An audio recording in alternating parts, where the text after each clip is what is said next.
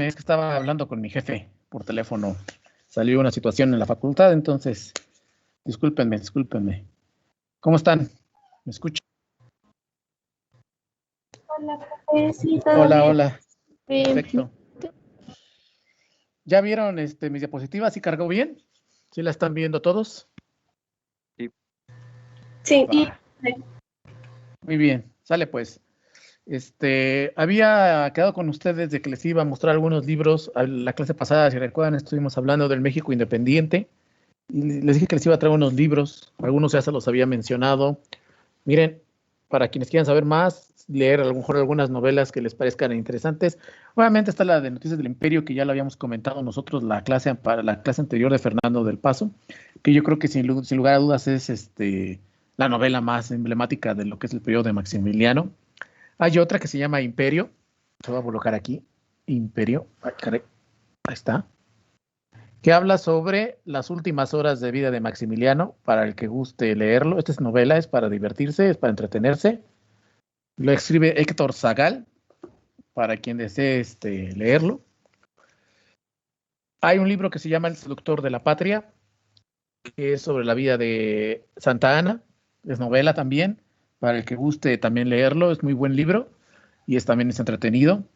Y es para que sepan un poquito más de la vida de Santa Ana.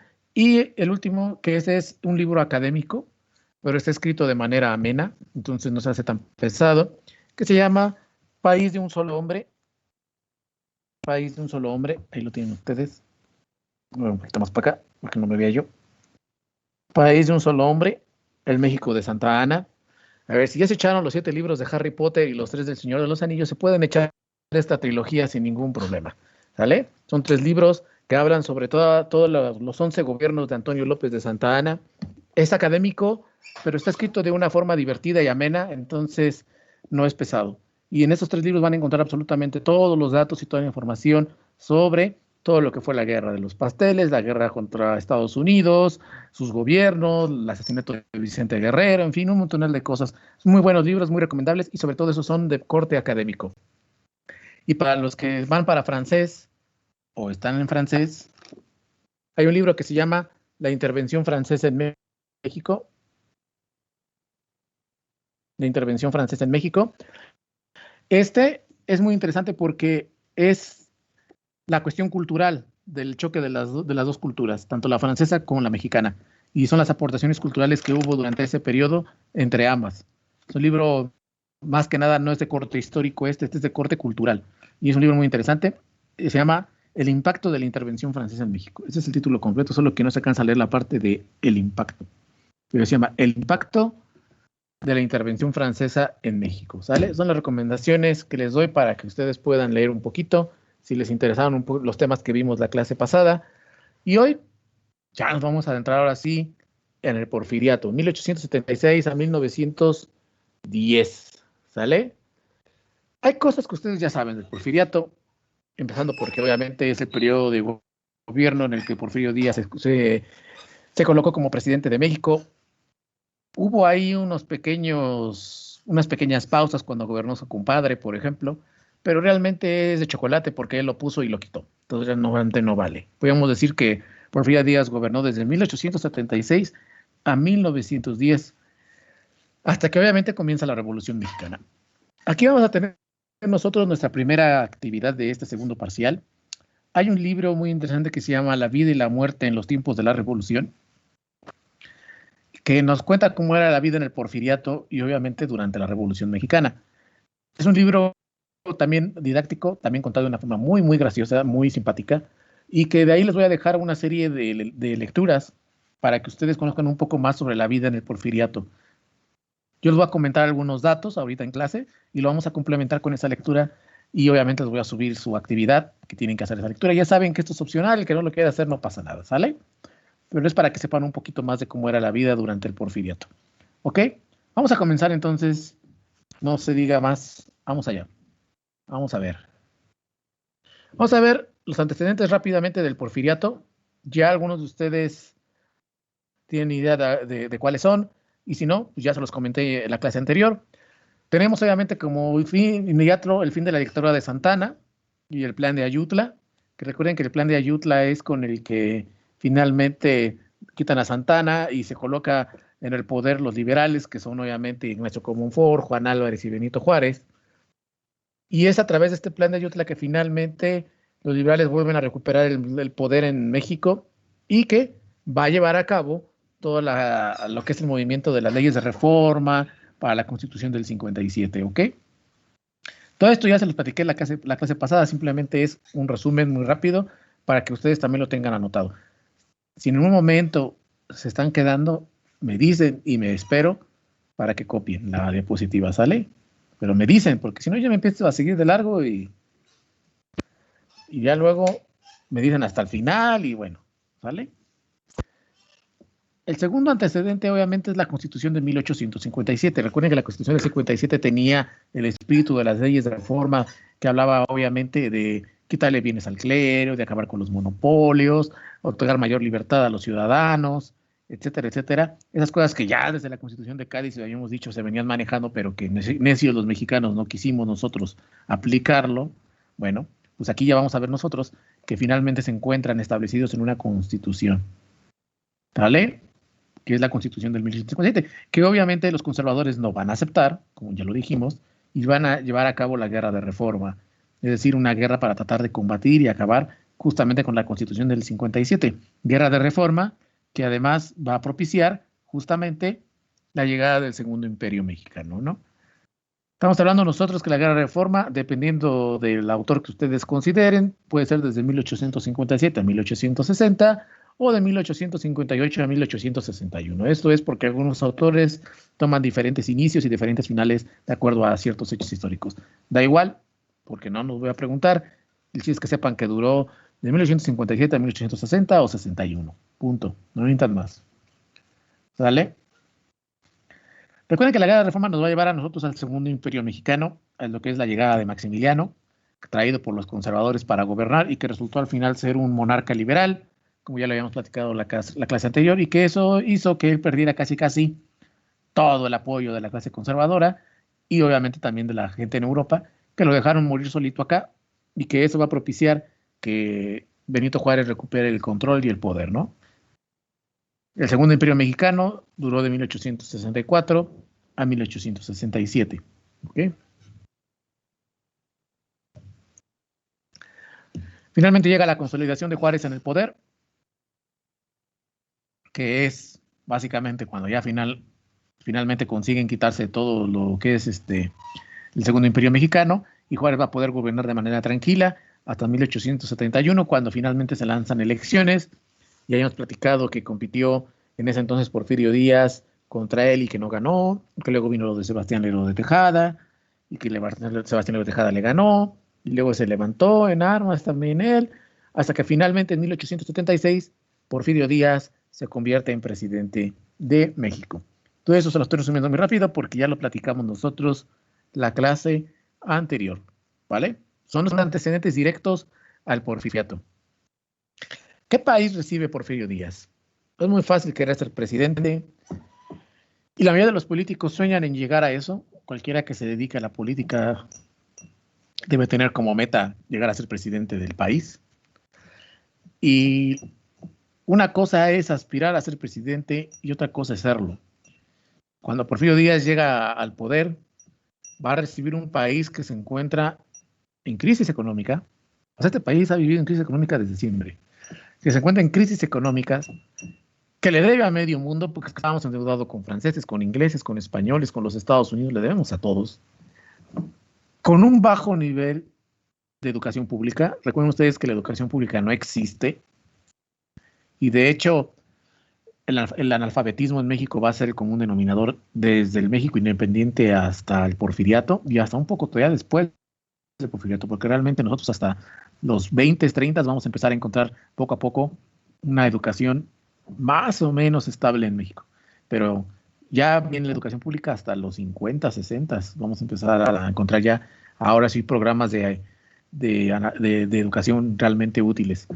Pero en ese entonces estamos hablando de que la mayoría de la población en México no sabía leer ni escribir, ¿sí? Entonces, vamos a ver que Porfirio Díaz recibe un país sin dinero, endeudado, sin educación, sin absolutamente una industria consolidada, porque recuerden que desde 1810, como hemos estado viendo, se la han pasado peleando los unos contra los otros, guerreándose, quitándose en el poder, dándose golpes de Estado, luego la guerra contra Estados Unidos, luego que los franceses, luego que la guerra de Reforma. Es decir, no han parado las guerras. Cuando tú tienes un país así durante tantos años, pues obviamente, ¿cómo vas a poder atraer inversión? ¿Cómo vas a poder generar una industria y un comercio?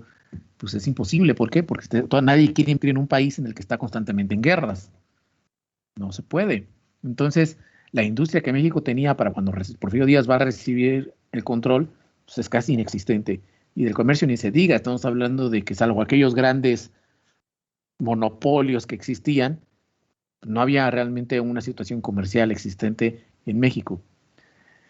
Comunicación, miren, si para la guerra contra los tejanos se tuvieron que ir a pie, eso te dice mucho de cómo estaban las vías de comunicación en México. Y no es que existiesen carreteras ni nada de eso, porque eso lo vino a traer el automóvil. El automóvil es el que vino a generar justamente ese sistema de carreteras. Estamos hablando de que acá existían las carretas y todo ese tipo de cosas, pero realmente caminos, lo que se dice, bien estructurados, con rutas y esas cosas, no había. En México era un camino de terracería gigantesco, si lo quieren ver así. Y había que caminar y había que hacer muchas cosas. Entonces no había realmente unas rutas comerciales y territoriales bien planeadas, bien estructuradas.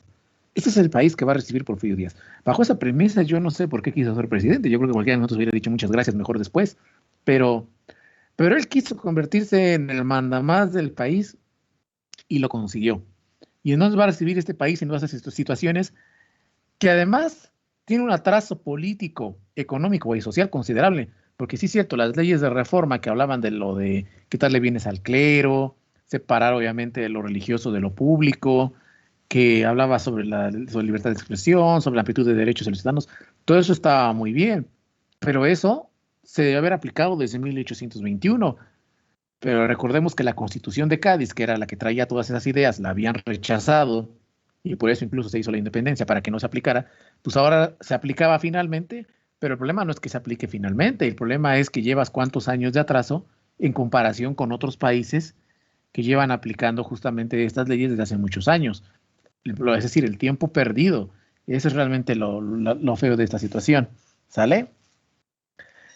¿Estamos hasta aquí bien? ¿Puedo adelantar la diapositiva? ¿No hay ningún problema? Va, continúo entonces. Vamos a hablar de cómo era México durante la etapa del Porfiriato.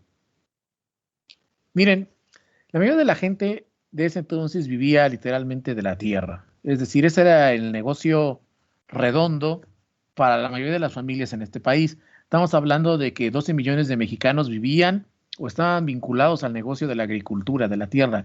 Estamos hablando desde los patrones hasta el jornalero. Es decir, hablamos de gente que vivía de una forma u otra del producto de la agricultura, del sembradío, del cultivo. Era sin lugar a dudas la actividad económica más importante en México. No había de otra. Y este fenómeno se catapultó mucho a nivel nacional por varias razones. La primera de ellas va a ser, obviamente, que el territorio permite esto. O sea, el territorio mexicano permite que se puedan dar cultivos, que se den diferentes tipos de cultivos. Hay cantidades enormes de tierra para cultivar. De hecho, es sorprendente lo mal que está ahorita la industria de la agricultura en México. ¿Por qué? Porque sorprende en un país que básicamente tiene todo para ser una potencia en ese sector. Pero en fin, hemos decidido que otros siembren lo que nosotros consumimos y esa es la consecuencia. Tienes un país con una situación agrícola bastante precaria cuando tendríamos todo para poder ser lo contrario. Pero en ese entonces, la tierra va a ser uno de los elementos importantes para generar riqueza. El otro elemento por el cual también esto es muy importante es porque desde la Nueva España se fomentó mucho lo que era ser propietario de grandes hectáreas de tierra. Es decir, que había gente que compraba y adquiría montonales de terrenos para administrarlos o para tenerlos. Entonces eso provocó a lo largo del tiempo que se empezara a crear grupos de gente que tenían grandes extensiones territoriales. Lo que va a fomentar demasiado que esta gente, al tener esos pedazos enormes de tierra, decide dedicarlos al cultivo, generando justamente esta industria del cultivo durante el Porfiriato. Y finalmente, el último elemento, durante la guerra de Reforma, el clero, para poder apoyar su movimiento, no sé si se los comenté y si no se los recuerdo, decidió vender grandes pedazos de tierra para comprar armas para la guerra de Reforma. Entonces, se deshizo de estos terrenos, que los compró obviamente gente con capital y pudiente, que ya de por sí tenía territorios y terrenos. Entonces, eso hizo que se incrementara muchísimo más su capacidad de dominio de tierra y generó lo que en el Porfiriato se van a llamar como los grandes hacendados y las rancherías. ¿Sí? Yo sé que ustedes seguramente han escuchado hablar de las rancherías, de las haciendas y esas cosas. Hoy en día, cuando nosotros hablamos rancherías y de haciendas, imaginamos pequeños lugarcitos. Las haciendas, por ejemplo, se usan mucho para fiestas, para lugares turísticos y cosas así.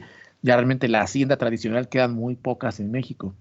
Pero, pero una hacienda de verdad, estamos hablando de aquel entonces, eran pedazos enormes de tierra, pero enormes. Estamos hablando de que todo eso bajo el dueño de una sola persona, gente que había ido adquiriendo a lo largo de muchísimo tiempo estos terrenos al clero, o ya las tenía, o las compró durante muchísimos años. Estamos hablando de que, fíjense, para que tú pudieras decir que eras un ranchero, es porque tenías o eras dueño de entre 1,000 o 2,000 hectáreas de tierra. Imagínense nada más la cantidad de tierra que es. Entre 1,000 o 2,000 hectáreas. Y para que tú puedas decir que eras un hacendado, es porque tenías de 2,000 o más tierra.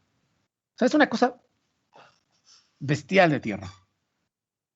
Ahora imagínense, estamos hablando de que existían en promedio 840 haciendas en México. Existían 840 personas que tenían al menos 2,000 hectáreas. Para que vean cómo había tanta tierra en manos de tan pocas personas. Que además no las usaban todas, porque tú dijeras, bueno, estás sembrando las 2,000 hectáreas, pues qué padre, ¿no? Pues así se convierte en un negocio. Pero la verdad es que no usaban toda la tierra. La mayoría de la tierra nomás era por tenerla. O sea, no hacían esa cantidad de sembradío, ni de cultivo, ni nada de esas cosas. Eso no se hacía. La verdad, la mayoría de la gente sembraba 1, 2, 3, 4 hectáreas, pero las demás serán suyas y era para pasear con los caballos, para dar la vuelta, etcétera, pero para tener ganado y esas cosas, pero realmente no era para cultivarse. Entonces eran cantidades bestiales de tierra en tan pocas personas. Eso va a ser una de las cosas que va a cambiar con la revolución. Por eso es que hoy en día cuando nosotros vemos las haciendas ya no son esos pedazos de tierra enormes, únicamente es la pura cabecera. Que ahorita vamos a hablar un poquito de cómo eran las haciendas. ¿Sale? Hay un dato muy curioso, y esto es una de las cosas que va a empezar a hacer justamente Porfirio Díaz, que es la ley de colonización de 1884. Porfirio Díaz estaba muy preocupado porque obviamente no había dinero, no había una industria como tal. Entonces, había que tratar de traer inversión de afuera. ¿Por qué? Porque más en México no había el suficiente capital para echar a andar muchas cosas. Porque obvio, pues un país que ha estado en guerra desde 1810, ¿cómo va a tener dinero para invertir? Entonces, tu única situación era atraer gente de afuera que quisiese invertir en nuestro país. Y para eso tenías que tener una tierra donde ofrecerles, porque si va a venir el francés, te va a venir el alemán, te va a venir el inglés con su dinero a ponerte una fábrica, a ponerte un negocio, necesitas una tierra donde ponerlo. Ahora, la mayoría de la gente de estos ranchos y de estas haciendas, pues no te va a decir, bueno, pues mira, yo tengo 2,000 hectáreas, te regalo 2 para que ahí ponga el extranjero. Por supuesto que no. A estos señores no les podías tocar su tierra. Era suya, no se la vas a quitar. Entonces, ¿a quién le vas a quitar los terrenitos para dárselos a los extranjeros para que puedan poner sus fábricas? Pues por lógica, a la gente que no es ranchera y no es hacendada, a aquella que tiene nomás 1 hectárea, que tiene 2 hectáreas, a los que tienen poquitas cositas. Y para eso fue la ley de colonización de 1884. La ley de colonización de 1884 lo que buscaba era que aquellas personas que tuviesen tierra, pero que no la estuviesen usando de manera productiva, se les quitaba. ¿Para qué? Para que pudiese ser expropiada por el gobierno para venderla a los extranjeros y pudieran colocar sus fábricas. qué es lo feo de esto? Pues que llegaban ahí a tu casita y te decían, a ver, Iván, demuéstrame que tú eres dueño de este pedacito de tierra. Y pues, ¿cuál? Si no existían escrituras, si no existía nada de esas cosas, tú la tenías porque tu papá te la había dejado y a su vez tu abuelo y así venía desde la Nueva España, ¿no? Pues, ¿cómo va a tener escrituras de ahí? Entonces decía, bueno, pues como no tienes escrituras, pues venga para acá, no puedes demostrarme que eres tu dueño. Te voy a dejar el pedacito de tu casa y un jardincito, pero lo demás, venga para el gobierno. Esto va a crear, obviamente, pues, el enojo de mucha gente que obviamente se va a sentir ultrajada, porque esa es la palabra, en sus tierras, en sus terrenos, y no puede ser visto de otra forma. Por ejemplo, esto va a pasar mucho justamente en el Bajío y va a crear el enojo de muchísimos. Entre ellos, obviamente, pues ustedes ya saben de quién, pues de Emiliano Zapata, que va a ser de uno de los tantos afectados a los que les quitaron sus tierras de esta forma y que va a promover justamente que se les devuelva sus tierras a la gente. A eso se refiere justamente Emiliano Zapata cuando dice que la gente es la tierra es de quien la trabaja. Oye, pues le estás quitando su tierra a la gente de esa forma tan horrible, no entrégasela, no entrega la tierra a la gente que le quitaste, porque además esa tierra la utilizaban para otras cosas, gente extranjera, o incluso luego las vendían a los hacendados, entonces resultaba peor. De por sí el hacendado ya tenía 2000 hectáreas, luego todavía se quedaba con la de la gente, pues no. Entonces de ahí va a ser mucho el espíritu de ese tipo de lucha. Pero la ley de colonización, en su origen, pues perseguía que hubiese un lugar donde los extranjeros pudiesen venir a colocar sus fábricas, sus industrias, porque obviamente pues no las había. Y te digo, Porfirio Díaz no iba a tocar ni a los rancheros ni a los hacendados, porque eran parte de la gente conservadora y no quería tener problema con ellos, porque ya sabes cómo le fue a todos los que se opusieron a los conservadores. Luego los quitaban y se hacía todo este relajo de liberales contra conservadores. Entonces, Porfirio Díaz no quería tener problemas ni con los liberales ni con los conservadores, quería estar gobernando en paz, entonces coqueteaba con ambos lados, tanto con los liberales como con los conservadores, para tratar de mantener un equilibrio y pues de llevarla en paz, la fiesta en paz, ¿no? Pero la tierra va a ser uno de los conflictos que va a generar la revolución, en gran medida por esto que les acabo de platicar, pero también por la forma en la que se manejaban las haciendas y por el manejo de la tierra, ¿sale? Fíjense ustedes, de manera muy general, cómo era una hacienda. A lo mejor ustedes a un día han ido a una fiesta en una hacienda o les han platicado de cómo es una fiesta en una hacienda o han visto las novelas, no, y han visto a los grandes hacendados con sus casotas y esas cosas. Las haciendas usualmente se integraban de un edificio principal que venía a ser la gran casa de la hacienda, así enorme, donde vivía el propietario. Ahí, en esa zona central, como podemos nosotros llamarlo la cabecera de la hacienda, también podían encontrar ustedes la casa del administrador, la casa de los empleados, porque las haciendas tenían sus empleados. Y no me refiero a la gente que hacía la talacha de sembrar y cultivar, no. Los empleados domésticos, maestros, porque las haciendas tenían sus propias escuelas, el padrecito, porque tenían sus propias iglesias, porque si tú crees que el hacendado va a recorrer sus 200 hectáreas para llegar al pueblo más cercano a la iglesia a tomar misa, pues no. Le sale más barato tener su propia iglesia en su hacienda y tener su propio cura. Es por eso que incluso todavía algunas haciendas que quedan en México, que se dedican a lo de las fiestas, también tienen su propia capilla, su propia parroquia, su propia iglesia, y que te la rentan para tus eventos, pues es parte de la misma hacienda. Entonces, en esas casas de los empleados, también era muy común que nosotros encontrábamos, este, pues eso, la casita del maestro, la casita del sacerdote, porque eran empleados a final de cuentas del hacendado. Teníamos las oficinas o los escritorios, que básicamente era donde se hacían los negocios de la hacienda, tanto con la gente de afuera junto con la gente de la misma hacienda. Y es acá donde seguramente ustedes conocen o recuerdan algo que no sé si se los comentaron sus maestros, seguramente, que eran las famosas tiendas de raya, ¿no? Para quienes no tengan ni idea de qué es una tienda de raya, obviamente los empleados, la gente, los jornaleros y todo eso, no iban a poco a viajar los kilómetros para ir a comprar un costalito de arroz o una bolsa de frijoles. Pues imagínense, ¿para qué? Te quedaba muy lejos. Entonces, lo que se hacía era crear una propia tienda dentro de la hacienda. Es decir, el hacendado ponía su propio Oxxo. Y, y ahí te vendía absolutamente todo, todo lo que necesitaras para sobrevivir en la hacienda. ¿Qué te vendía? Verduras, ¿qué te vendía? Frijol, ¿qué te vendía? Arroz, ¿qué te vendía? Hasta alcohol te vendía ahí. Te vendía sartenes, todo te vendía. Obviamente, a veces no les alcanzaba lo que ganaban para pagar. Entonces te decía el patrón, no hay bronca, yo te lo apunto, dame tu nombre. No, pues que se llama Vanessa. Y órale, ¿qué se lleva Vanessa? No, pues que se lleva 3 costales de arroz, se lleva 5 de frijol, se lleva unos sartenes. Pues no me vas a alcanzar a pagar, pero no te preocupes, yo te lo anoto. Y me lo vas a ir pagando poquito a poquito. Pero no te preocupes, tú sigue trabajando aquí con nosotros, sigue chambeándole duro y algún día pagarás tu deuda.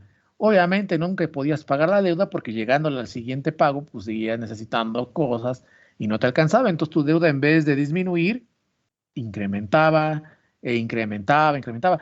Y decía el patrón, pues sí, pero hasta que tú no me pagues no te puedes ir de la hacienda. O sea, mientras tú me debas, no te puedes ir de aquí. Te quieres ir, liquídame. Y pues, ¿cómo le vas a liquidar? Pues si le debes hasta los zapatos, ¿no? Entonces, ese era el negocio de la tienda de raya. Y se llamaba raya, ¿por qué? Porque cuando finalmente pagabas, te ponían una raya. Había una cosa muy curiosa. Ustedes pensarán, bueno, pues yo pido prestado hasta que me muera y una vez que me muera, pues a ver a quién le cobran, ¿no? Pues la cosa no funcionaba así porque la regla era que si te morías, pues la deuda pasaba a tu familia. De esa forma se las ingeniaba el patrón, ¿para qué? Pues para que le siguieras debiendo. Se cobraba a través de que la deuda pasaba a tus hijos o a tu señora. Entonces, básicamente, las familias estaban condenadas una vez que entraban a la lista. Es como entrar a la lista de deudores de Coppel o de Electra, una cosa así. Estabas condenado a tener que pagar tu deuda hasta que terminaras, ¿no? Entonces, era el negocio de las tiendas de raya. Obviamente también se encontraba una iglesia, la cárcel, porque nunca faltaba el listillo que se pasaba de lanza o que se quería escapar de las haciendas para no pagar su deuda, bueno, pues lo metían a la cárcel. El almacén, donde obviamente se guardaba todo, todo lo que producía la hacienda, establos, donde tenían todo lo que eran los caballos, el ganado, y finalmente la zona de la huerta, que era la zona de cultivo, ¿ok? Y eso era únicamente la cabecera. Luego estaba el casco exterior, porque todo lo que separaba el casco exterior de la cabecera estaba rodeado por una pequeña murallita, un muro protector, donde en el casco exterior nosotros íbamos a encontrar las casas de los peones, porque eso sí, el patrón no quería ver las casas de los peones cerca de la suya, porque pues, le afeaban el paisaje, ¿no? Se lo hacían muy gacho. Entonces decían, no, ustedes viven fuera del casco exterior, yo vivo en el casco interior. La casa de los peones no eran casas muy grandes, eran casas pequeñas, donde tampoco tenían ningún mueble, o sea, tú los tenías que comprar, te los tenías que adquirir, pagabas una renta por él, que también se te descontaba de lo que ganabas, y que, además, si bien te iba, podía tener una ventana, y si no, pues era un cuarto cerrado con, nada más con una puerta para que entraras. A veces vivían ahí hasta 8 o 9 personas en cuartitos chiquitos, que dormían obviamente en el piso, en petates. Tenían ahí un pequeño fogón para hacer comida, para calentarse y listo. No había más, no necesitabas más para sobrevivir. Eso era la casa de los peones. Con jornadas que comenzaban desde las 7 de la mañana y a veces acababan hasta las 6 de la tarde. Recuerden que no existían leyes laborales. Eso de jornadas laborales, eso es moderno. En aquel entonces eso no existía, entonces básicamente podías trabajar ahí todo el día, siendo vigilado por un tipo que era el capataz, que básicamente era el que se encargaba de que cumplieras con tu chamba. Y a veces también los mala onda te golpeaban aunque chambearas. ¿Por qué? Como dijera el comercial, por el puro antojo. Entonces, no eran las condiciones ideales para muchos de ellos. Mucha gente de la que trabajaba en las haciendas la pasaba mal, hay que decir las cosas como son, porque algunos propietarios sí se manchaban con ellos, se pasaban de listos y abusaban de su poder y de la necesidad de esta gente de tener que sobrevivir porque era gente que además no sabía hacer otra cosa, si no era usar su cuerpo para trabajar, ¿entienden? Porque no es como que dijeran, bueno, pues eres licenciado, eres lingüista, eres maestro de... No, no, no, o sea, era gente que no sabía ni leer ni escribir. Entonces, ¿dónde iban a encontrar otra forma de vida? Para muchos de ellos, pese a los maltratos del hacendado, del capataz y de toda la forma tan cruda en la que vivían, pues eso era la mejor opción porque al menos tenías un techo y comida. Porque aunque le debieras un montón a la tienda de raya, pues no te faltaba la comida, ¿no? porque no te la negaban. Para muchos de ellos era eso o nada.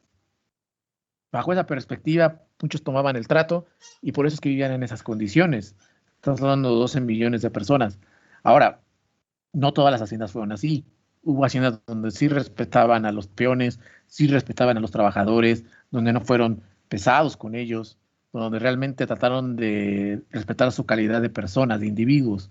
Pero son excepciones, no es la regla. Esa es la realidad. Las haciendas y las rancherías fueron el común denominador de la tierra en México.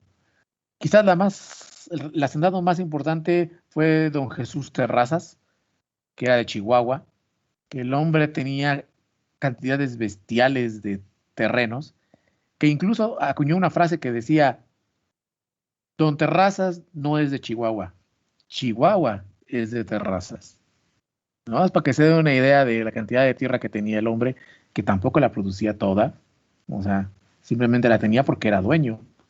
Y así era la forma en la que se manejaba la mayoría de las haciendas y de las rancherías. Va a ser el común denominador, les repito, de la vida de muchos mexicanos durante este periodo. ¿Ok?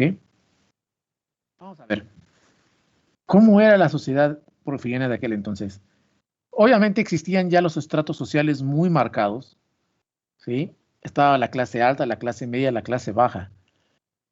Ustedes podrán imaginar que obviamente la clase alta va a estar integrada por los comerciantes, por los hacendados, por los rancheros, por políticos, por toda esa gente que tenía dinero, grandes empresarios, grandes industriales extranjeros, que también venían a México a invertir, por esa gente que además coqueteaban con don Porfirio Díaz, porque don Porfirio Díaz era lo suficientemente hábil como para tratar de calmar tanto a conservadores como liberales, hacerle caso uno y a otros y tratar de poder mantenerse en el poder. Entonces Porfirio Díaz empezó a hacer muchas amistades en la clase alta, tanto que la mayoría de las veces pedía consejo a ellos sobre cómo administrar. Obviamente él tomaba la última palabra, ¿no? O sea, nada más te preguntaba, bueno, ¿tú qué opinas de esto? Ah, bueno, qué padre. Pero era notorio que se basaba en gente de la clase alta para muchas tareas, sobre todo para mucha opinión pública.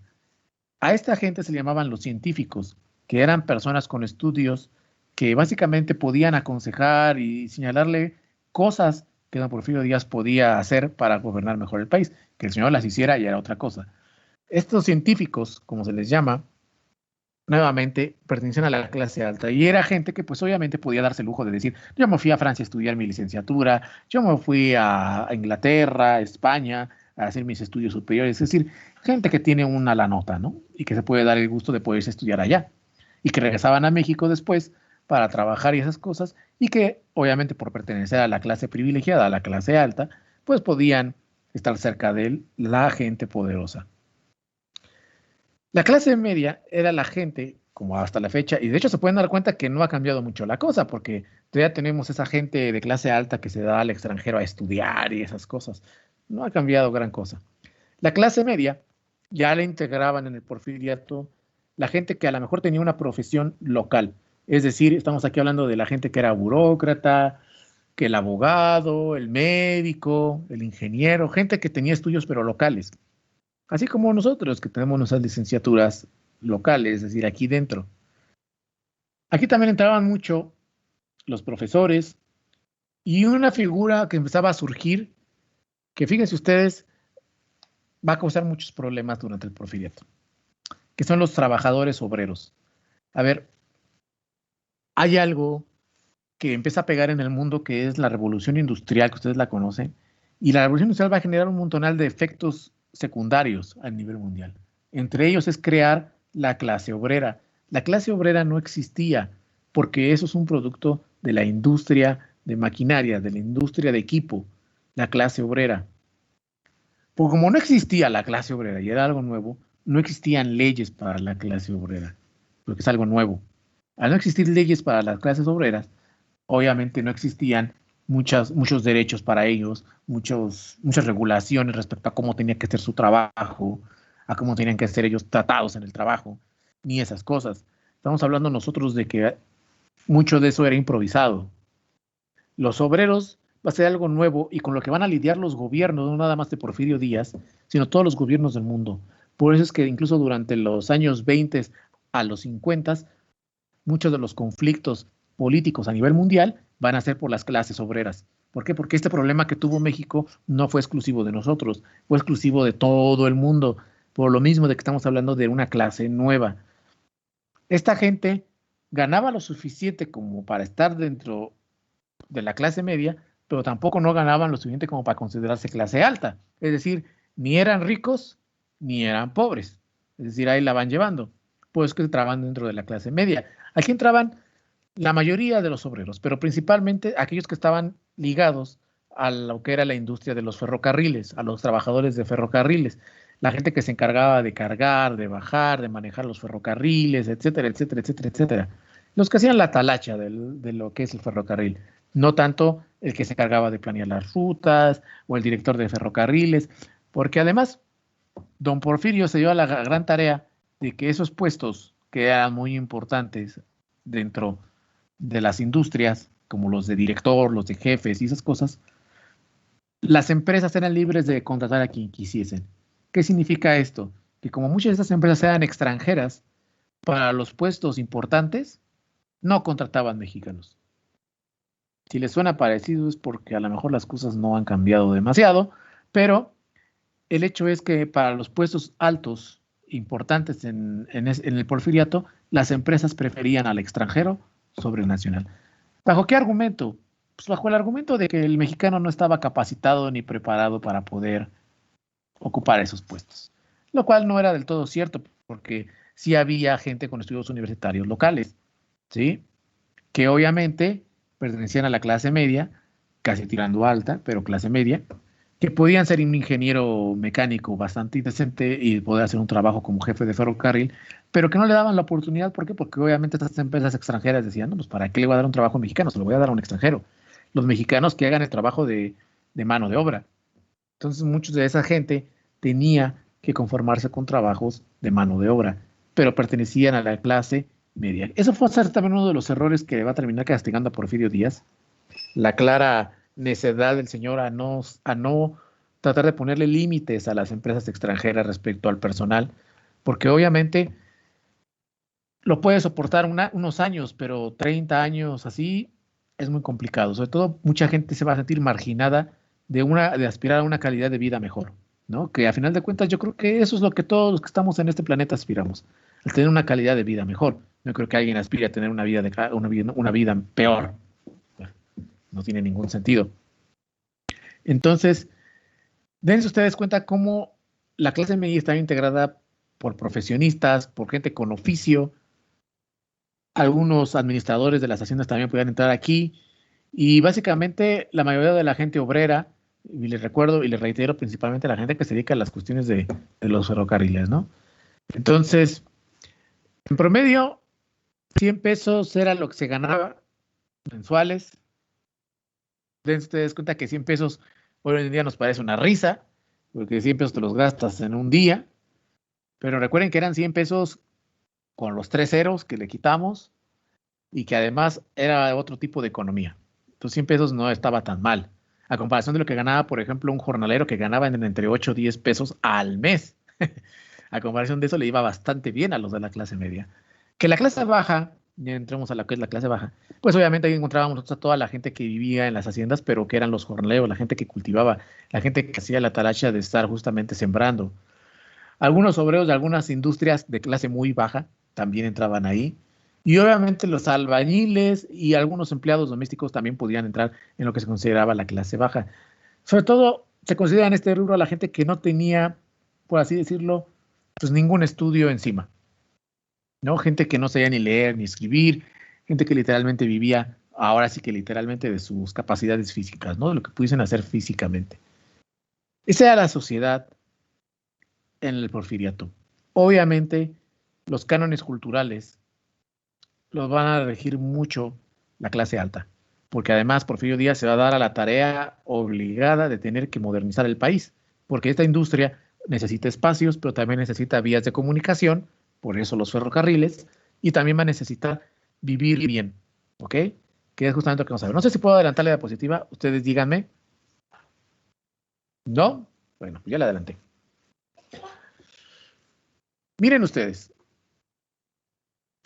Porfirio Díaz sabe que necesitaba traer industria, traer comercio, necesitaba ese comercio, rutas de comunicación, salidas hacia las fronteras, por eso es que los trenes, les repito, pero también hay algo que es muy, muy importante, y es que esta gente extranjera no va a querer venir a vivir a un país, se va a escuchar muy mal, pero es la verdad, feo.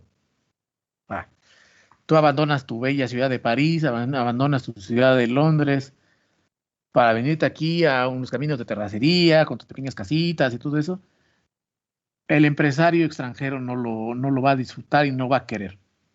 Es por eso que don Porfirio Díaz se da la tarea de tener que embellecer México. O sea, no basta únicamente con crear rutas de ferrocarriles, con traer el tren, con nada de eso, con poner la luz, ni conseguirles terrenitos para que pongan sus fábricas. No, aparte tienes que hacer los lugares agradables para que la gente extranjera que venga se quiera quedar. Porque obvio, el extranjero quiere vivir con las mayores comodidades, al menos con las comodidades más cercanas a las que tenía del lugar que abandonó. Entonces, de ahí que Porfirio Díaz se va a dar a la tarea de afrancesar México, porque además en ese momento a nivel mundial, ya lo vamos a ver ahorita, la cultura que predominaba en lo estético, y claro, que quiero enfatizar en eso, en lo estético, va a ser mucho la francesa. Entonces, él va a tratar de agradar a los franceses. Curioso, porque él ayudó a matar a varios de ellos durante la Guerra de Reforma, ¿no? Y con Maximiliano en el poder, pero pues ahora tenía que afrancesarse. Entonces, va a ser la época en la que México va a entrar en un contacto enorme con la cultura francesa, pero enorme, desde su forma de vestimenta, desde su música, su idioma, todas esas cosas van a empezar a permear mucho en México y es donde realmente la cultura francesa, les digo, va a despuntar de forma importante sobre incluso muchas otras. ¿Ok? Es acá cuando Porfirio ya se va a dar la tarea de afrancesar nuestro país, llenarlo de cosas que puedan ser agradables para los extranjeros. Más allá de lo que ya les comento ahí, que se modernizó y se hizo y se construyó, que la luz, que si la industria, que si el automóvil, etcétera, etcétera.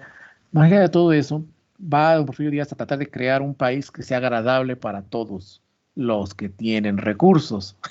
Cabe señalarlo, porque para la gente jornalera, para la gente común, para el mexicano común, sobrevívele como puedas. Ahí ya sabrás Dios cómo te las ingenias. Pero para la gente que tenía cierta economía, cierto nivel, cierto estrato social, pues sí, había que mejorarle a México. Y esta gente es la que va a marcar la pauta de lo que va a ser la cultura en México. Esta gente mexicana de clase alta que también se va a intentar afrancesar. Entonces va a ser muy común el mexicano que va a tratar de adoptar la vestimenta francesa, el idioma francés, las palabras francesas en el habla cotidiana. Sí, ya saben eso de que de repente hablas una palabra en francés en tu español. Ustedes saben de eso porque ustedes lo estudian, entonces no voy a adentrar mucho en eso. Pero es decir, el ciudadano mexicano de clase alta va a empezar a copiar la moda y los estilos franceses. De ahí que incluso les dicen de una forma, fifís. La palabra fifí no la inventó Andrés Manuel López Obrador. Yo sé que a lo mejor ustedes la habían escuchado por primera vez con él, pero la palabra fifí era la forma en que el mexicano común, es decir, el de clase media y de clase baja, se refería al mexicano que trataba de adaptar las costumbres francesas. Que sí que te aparentaba ser muy acá y trataba de vestirse que francés, que hablar francés, que escuchar música francesa, esas cosas. Eso era un fifí, ¿sí? Y era la forma coloquial de decirle a esas personas. Obviamente, como todos ellos pertenecían a la clase alta, estos fifís, por eso es que se quedó que los conservadores es la clase fifí, y es a lo que se refiere nuestro señor presidente cuando les dice los fifís. Uh-huh. ¿Por qué? Porque la clase alta mexicana que sigue queriendo aparentar ser europea y americana, bueno, estadounidense, a eso se refiere cuando les dice fifís. Pero la palabra fifí como tal ya tiene un tiempo en nuestro país, no la inventó él ni es un concepto nuevo, ya tiene su rato. Obviamente se burlaban de estas personas clase alta que trataban de aparentar ser franceses, pero por debajo de la mesa la clase media y la clase baja también quería ser como la clase alta, porque así es como funciona esto, funciona el sistema piramidal, ¿no? Entonces, era común que la clase media y la clase baja trataban de copiar las formas de la clase alta. De ahí que se copiaban incluso fiestas. Es cuando se va a poner muy de moda en México que la clase alta hace fiestas para presentar a sus chicas y esas cosas. Y luego la clase media y la clase baja las van a copiar y las van a adoptar. Y de ahí nos vienen muchas de nuestras fiestas, como por ejemplo los 15 años y ese tipo de cosas. Donde, ¿por qué creen que la de 15 años usa un vestido ampón como de Cenicienta? Porque ese es el clásico vestido de la Belle Époque francesa. De ahí viene todo, todo tiene un porqué. ¿Sí? No es porque nos guste Disney y como las princesas de Disney las dibujan así, no. De hecho, los vestuarios que utilizan las princesas de Disney son vestidos de la Belle Époque, vestidos zampones, colores así apastelados, ¿sí? Que lo usaba la clase alta y la clase media copiaba, obviamente, ¿no? Entonces vestían a sus niñas con esos vestidos de la época para que se vieran como si fuesen de clase alta, aunque fueran de clase media durante esa fiesta. Es decir, la clase media y la clase baja van a tratar de emular la clase alta, y la clase alta va a tratar de emular a la clase europea. O sea, es una escalerita que viene, ¿no? Obviamente la clase media y la clase baja, como no tienen los mismos recursos que la clase alta, pues lo van a adaptar a su forma, ¿no? Lo van a regionalizar y es ahí cuando nacen todas estas vertientes de las fiestas que tenemos, ¿no? ¿Por qué? Porque son intentos de copiar las modas que sigue la clase alta, pero adaptadas al presupuesto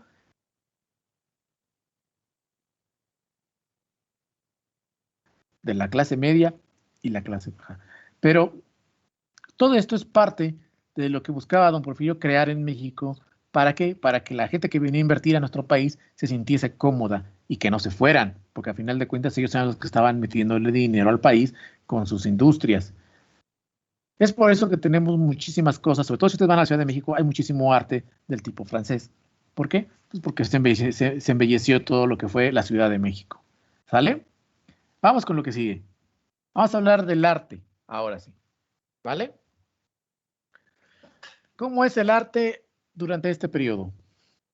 Miren, en su programa de estudio señala que nosotros tenemos que ver el arte en dos sentidos. El arte que afectó México, pero también las corrientes artísticas que había a nivel mundial. Porque eso te permite a ti poder darte una idea de cómo era el arte en todo el mundo y entender cómo funcionaba el arte particularmente en tu país. Así que vamos a ver las corrientes artísticas, así como lo hicimos en el periodo de la Nueva España, que hablamos del churrigueresco y del barroco, ajá, y del neoclásico, aquí también vamos a ver nosotros las corrientes artísticas que hubo durante este periodo. Miren, empezamos por la pintura. Principalmente vamos a encontrar nosotros dos fenómenos, lo que es el impresionismo y el Art Nouveau. Les digo yo en clase, el Art Nouveau. Pero es Art Nouveau.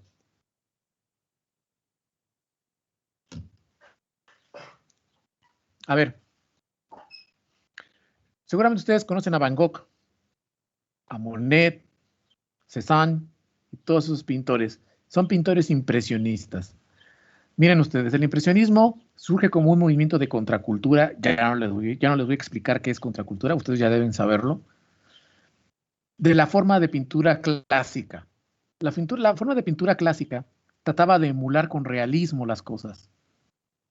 Entre más realista fuese tu imagen, mejor pintura era. Estamos hablando de la época en la que los pintores casi dibujaban cuerpos perfectos.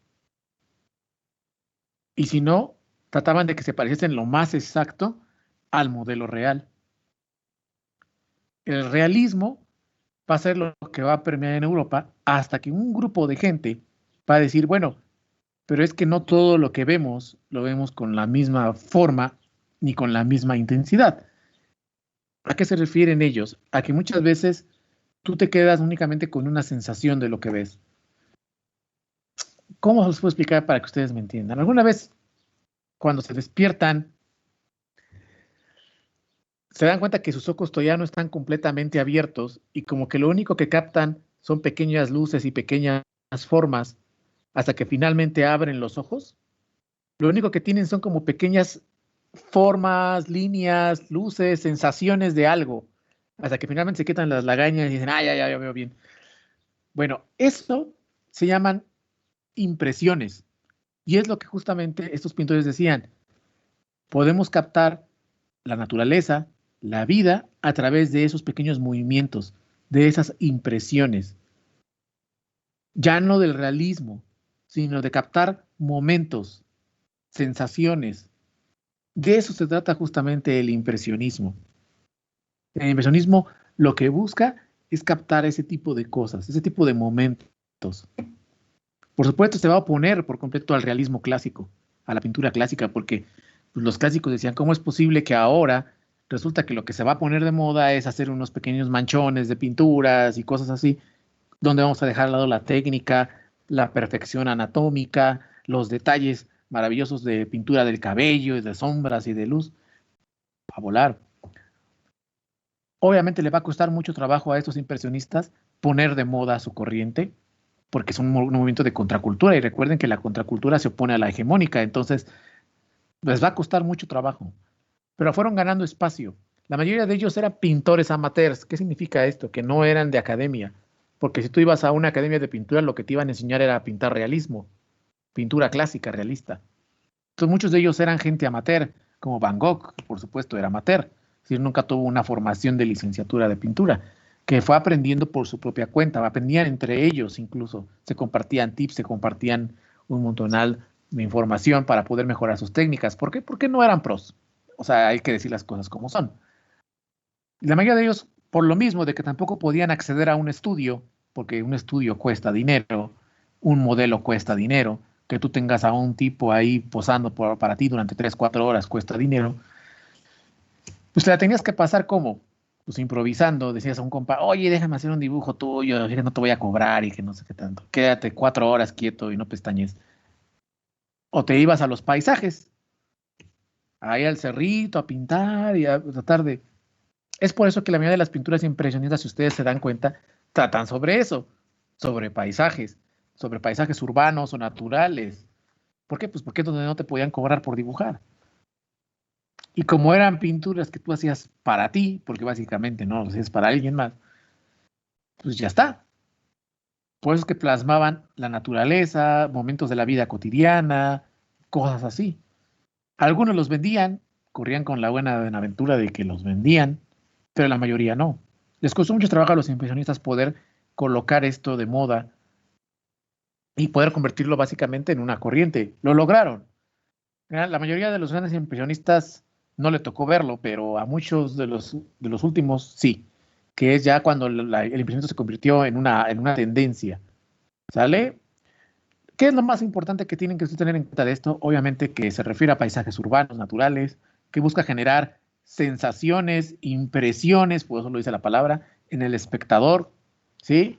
Y que se opone al realismo, ¿sale? Esos son los puntos claves del impresionismo. Resulta que hay otro movimiento que también se va a oponer al impresionismo, que se llama Art Nouveau y que también se llama modernismo. Lo que va a hacer es retomar elementos de la pintura realista, de la pintura clásica realista, pero lo va a combinar junto con algo que se estaba poniendo muy de moda en Europa, que era el romanticismo. Ahí les va. Y el romanticismo pegó en todas las artes. Se los voy a explicar un poquito, me voy a alejar de la pintura para que ustedes lo puedan entender. Se los voy a explicar un poquito con la literatura. La literatura clásica o la literatura realista, así como en la pintura del realismo se trataba de que se detallara la perfección, el rostro, los músculos y todo eso, en la literatura clásica lo que se trata de contar es la técnica, cómo escribes, cómo narras, que estén bien tus acentos, que estén bien tus párrafos, o sea, la técnica, es la técnica para contar historias, lo que es importante en la literatura clásica. ¿Cuál es el problema? También en la música pasó. En la música clásica, la que ustedes seguramente también conocen como música clásica, del clasicismo, lo que permea es la técnica. Es decir, cómo manejas a la orquesta, que también están desarrollados los instrumentos musicales en la obra. Es decir, En el realismo, en la técnica clásica realista, lo que importa es más la técnica sobre todo lo demás. Pues decía en la pintura que tan bien se ve tu pintura en comparación con la figura real, qué tan realista es. En la literatura, qué tan bien está la técnica. Y en la música, qué tan bien está la técnica en la música. El problema es que empiezan a surgir artistas que dicen, ¿y qué pasa si en vez de preocuparnos por la técnica, nos preocupamos por el mensaje? Es decir, que a lo mejor mi obra no sea perfectamente una chulada técnica, pero que exprese cosas muy emotivas. Y es acá cuando nace el romanticismo, donde surge lo contrario, donde el romanticismo lo que va a hacer es establecer que importa más el mensaje, la idea, las sensaciones que produce por encima del realismo. Y ustedes pueden pensar, bueno, es muy parecido al impresionismo entonces, porque también el impresionismo busca eso, sí, pero el Art Nouveau lo que junta es parte de la técnica del realismo junto con la idea romántica. Por eso es que tiene esa diferencia. Y es acá cuando nosotros vamos a encontrar obras completamente maravillosas, donde lo que importa es el drama humano, la expresividad. Ustedes van a leer un poquito más de eso cuando vean literatura de pueblos angloparlantes o francófonos, o ustedes van a leer muchas obras y muchas de ellas son, sobre el caso sobre todo de la cultura francesa, muchas de sus grandes obras son del romanticismo francés, como hablo las obras de Víctor Hugo, donde ¿qué importa? ¿Cómo te cuenta la historia o la historia en sí misma? Pues lo que importa es la historia en sí misma, como Los Miserables, por ejemplo, que no es el libro más bellamente escrito, pero la historia es muy llegadora, muy dramática, muy romántica. A eso se refiere el romanticismo. También va a pasar en la música y va a pasar en todo. Y el Art Nouveau va a decir, ok, vamos a retomar el romanticismo, pero lo vamos a juntar con un poquito de ese realismo para crear una técnica completamente nueva e interesante en el arte. Y estamos hablando de que el Art Nouveau se va a utilizar mucho, sobre todo con fines publicitarios. Ahorita van a ver ustedes por qué, pero se caracteriza por ser muy estético, o sea, por ser muy elaborado, que es ahí el elemento justamente del realismo clásico, pero utilizando elementos muy románticos, muy de la naturaleza, muy decorativo, ¿sale? Ese es el Art Nouveau, el modernismo. Se contrapone al impresionismo, que a su vez el impresionismo se contrapone a la pintura clásica realista, ¿sale? ¿Lo tienen? ¿Seguros? Va. Si en algún momento se pierden, me dicen. Les voy a poner unas imágenes para que ustedes se den una idea. Esto es impresionismo. Obviamente ese es Van Gogh. Obviamente, si tú pones una imagen, y ahorita, por ejemplo, estamos viviendo una nueva ola de la pintura clásica, seguramente ustedes han visto estos cuates que dibujan en digitalizadoras, el hiperrealismo. No sé si han visto esos dibujos hiperrealistas que luego dices, wow, es foto o es dibujo, ¿no? Digas así. Bueno, se das de cuenta que estamos viviendo otra vez esa época, por eso dicen que el arte también es cíclico, pero ahora ya no le llamamos pintura realista clásica, se le llama hiperrealismo. Bueno, pues para que ustedes se den una idea, comparen esos dibujos, esa técnica del cuate que casi casi parece que está haciendo una foto con los trazos de Van Gogh. Si dices tú, esto está, pero ¿eres un niño de 8 años o qué, no? O sea, porque ese es el pensamiento de la época, ¿eh? O sea, estamos viendo que pasamos de las pinturas clásicas realistas, así como el hiperrealismo de ahora, a esto. ¿Por qué creen que la gente decía, esto no puede ser arte?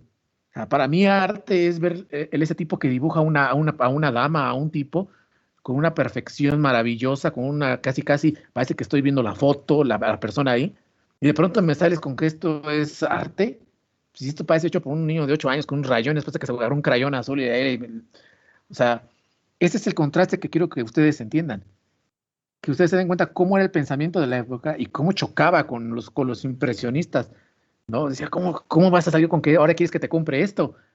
Imagínate la persona acostumbrada a comprar un retrato maravilloso, perfectamente trazado, y de repente le llega así, oiga, le vendo este cuadro de la terraza de café por la noche, ¿no me lo compra? Obviamente por eso les costaba muchísimo trabajo vender sus pinturas a los impresionistas. ¿Por qué? Por la idea que la gente tenía también de la cultura, del arte y de la pintura que venían manejando, ¿no? Vamos a ver otra pintura. Mujer con sombrilla, de Claude Monet. Si se dan cuenta, una característica del impresionismo es que los trazos no están definidos. En el impresionismo no defines, todo es como una tipo de ilusión, que nada está perfectamente bien detallado. Porque repito, por eso les puse ese ejemplo de que es como cuando te despiertas y tus ojos todavía no enfocan. Hagan de cuenta que es así como que está desenfocado todo. Es así el arte impresionista, como desenfocado, como que no todo está bien definido. ¿Por qué? Porque lo importante es la sensación que te tiene que producir, la impresión que te tiene que dejar. ¿Vale? Va a poner otro. Tarde de domingo en la isla de la Gran Jetée. A ver, acá sigue siendo impresionismo, pero no se alcanza a ver. Esta imagen se veía muy padre cuando la ponía yo en la Facultad de Lenguas, en las diapositivas allá con la tele, porque en grande se alcanza a ver, y a lo mejor si se acercan a la pantalla podrán verlo, pero está hecho a base de puntos, todo el cuadro, a base de puntos. Es lo que se conoce como puntillismo. ¿Sí? Entonces, lo que te crea la imagen son los puntos vistos, pero a lo lejos. Si tú lo ves de cerca, únicamente son puntos. Entonces, también eso es un arte impresionista. ¿Va? Y nuevamente tampoco están definidos. No ves los rostros definidos, no ves las ropas bien definidas. Pero sí también te pueden dar cuenta de la moda. Ya vieron que las mujeres utilizan esos vestidos zampones, así todos anchos. Ese tipo de moda se llama Belle Époque. Es la ropa de la época. Es justamente la que utilizan las quinceañeras y utilizan todas esas personas en las fiestas. Es la ropa de la Belle Époque. Ujú. Listo. Retrato de Félix Fénion. Igual. Esto es impresionismo. También está hecho a base de puntos. De Paul Signac.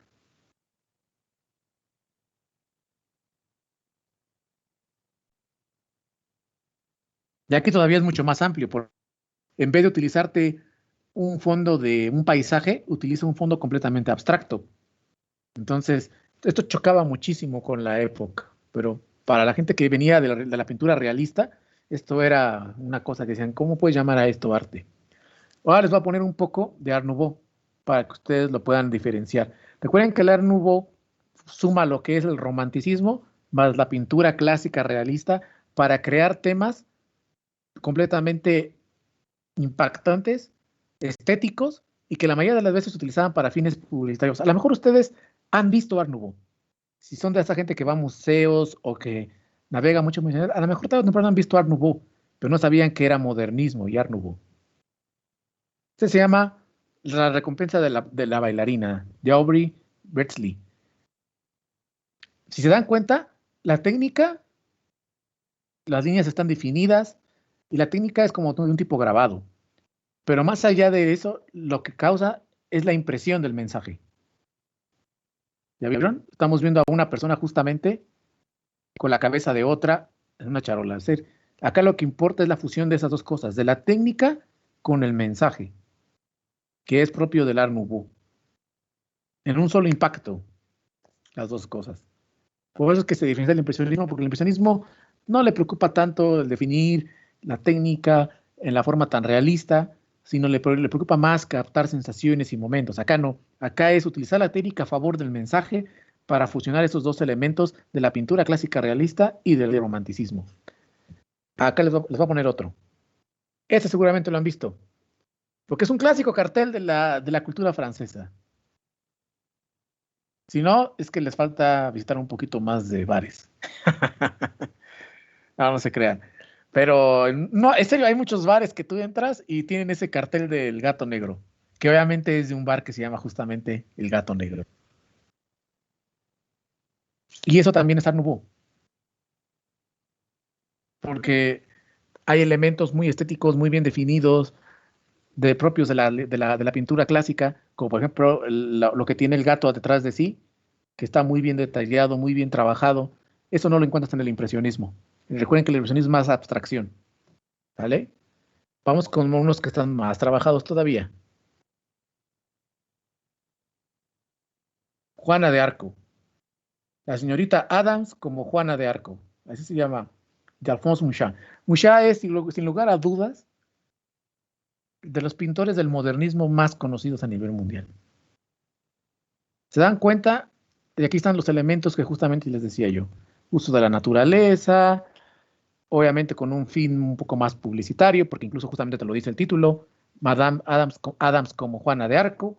O sea, ni siquiera es una pintura, es un cartel de una actriz haciendo de Juana de Arco, pero hecho de una forma muy estética, con toda la técnica clásica, con excesivo uso de técnica, de decorado, de definición. Incluso el rostro está trabajado, está definido, ¿se dan cuenta? Pero tiene un aire romántico, porque al final de cuentas te muestra a la persona en una situación y en un acto muy específico. A eso se refieren con justamente el Art Nouveau y que tiene un tinte mucho más publicitario, ¿sale? Voy a poner un poquito más de Alphonse Mucha. Las estaciones.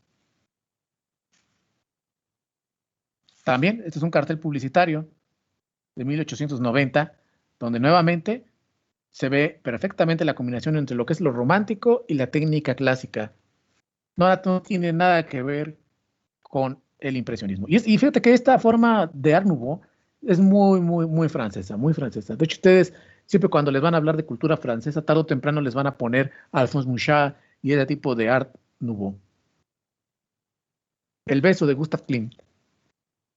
Muy conocida la obra, bueno, es Art Nouveau. Solamente que aquí lo que hizo Klimt, miren, Klimt viajó durante gran parte de su vida en Asia, en Japón, y entonces él aprendió muchísimo de lo que era el famoso ukiyo-e. No voy a entrar en esa onda porque nos vamos a tardar mucho hablando del ukiyo-e, pero que sepan que es una forma de grabado japonés muy tradicional. Entonces él copió mucho de esas técnicas del ukiyo-e para fusionarlas con la pintura europea para crear justamente lo que es su estilo reconocido, pero a la primera tú luego distingues una pintura de Gustav Klimt, y esta sin lugar a dudas es la más famosa de todas, El beso, y también, por supuesto, es Art Nouveau, ¿vale? También la hay en arquitectura, porque no crean que el Art Nouveau nada más se quedó en la pintura, también se quedó en la arquitectura. Sin lugar a dudas, el Art Nouveau en la arquitectura fue muy popular en Europa, también tenemos Art Nouveau en México, y ahorita vamos a ver a lo mejor unos ejemplos de ello, pero para que ustedes tengan una idea, el más grande arquitecto quizás de Art Nouveau que ha habido es Antonio Gaudí o Antoni Gaudí. Si ustedes tienen la oportunidad de visitar Barcelona, vayan y visiten las obras de Gaudí. Se van a quedar sorprendidos de las maravillosas obras que hizo Gaudí en Barcelona. Vean ese edificio que es la Casa Batlló, cómo está diseñada. De hecho, ustedes pueden compararlo con la misma casa que está a un lado, que es de neoclásico, y vean el contraste que hay, es tremendo. La que se ve la casita de aquí a un lado, totalmente neoclásica, con sus cuadritos bien hechecitos, sus pilares tipo romanos y griegos, ¿ya lo vieron? Y a un lado la casa de Gaudí, que parece hecho como orgánico, como si fuera lo hubiera hecho, como lo hubiera dibujado Walt Disney en una de sus películas, ¿sí? Ese es el estilo completamente Art Nouveau, muy natural, sacado de elementos de la naturaleza, con un montonal de detalles que aluden como a la naturaleza, a las flores, vitrales. En el interior. Tiene nada que ver con el neoclásico, ni con el barroco, ni con nada. Muy natural todo. Muy bonito, además. La Sagrada Familia, por supuesto. Y esa es una iglesia, es una catedral. Pero es una catedral completamente diferente a cualquiera que tú encuentras en el mundo, porque las catedrales usualmente suelen ser de corte barroco o de corte neoclásico. Bueno, pues acá estamos con una catedral que es completamente del estilo Art Nouveau. Y si se dan cuenta, parece como si lo hubieran hecho en arena, como esos castillos que se hacen en arena. Bueno, pues es la sensación que te quiso dar Gaudí. De hecho, él eligió ese material, que tenía que verse como si fuera tipo estos mantos acuíferos, ya ven que se crean como unos poros en los... Hagan de cuenta que ese es el efecto que él quería obtener. Ese es justamente el Art Nouveau, muy natural, muy romántico, pero al mismo tiempo con una gran técnica. ¿Por qué? Porque se requiere de mucha técnica para poder hacer ese tipo de efectos. Y es la fusión de los dos, del estilo clásico junto con el romántico, para crear justamente el modernismo. ¿Va? Más de cerca. Se ve hasta terroso justamente el lugar. Gaudí no pudo terminar la Sagrada Familia, es su obra inconclusa. Fue atropellado y por eso falleció. Fue atropellado mientras hacía hacia atrás para ver cómo iba su obra. Se fue haciendo hacia atrás, hacia atrás, hacia atrás, y no se fijó y lo atropellaron. Triste, pero cierto. Entonces la obra está inconclusa, pero aún así es maravillosa. Y ustedes, les repito, ojalá que si se van de movilidad, cuando ya obviamente esto de la pandemia termine, y se van de movilidad y se van a España, visiten Barcelona y vean las obras de Gaudí en persona.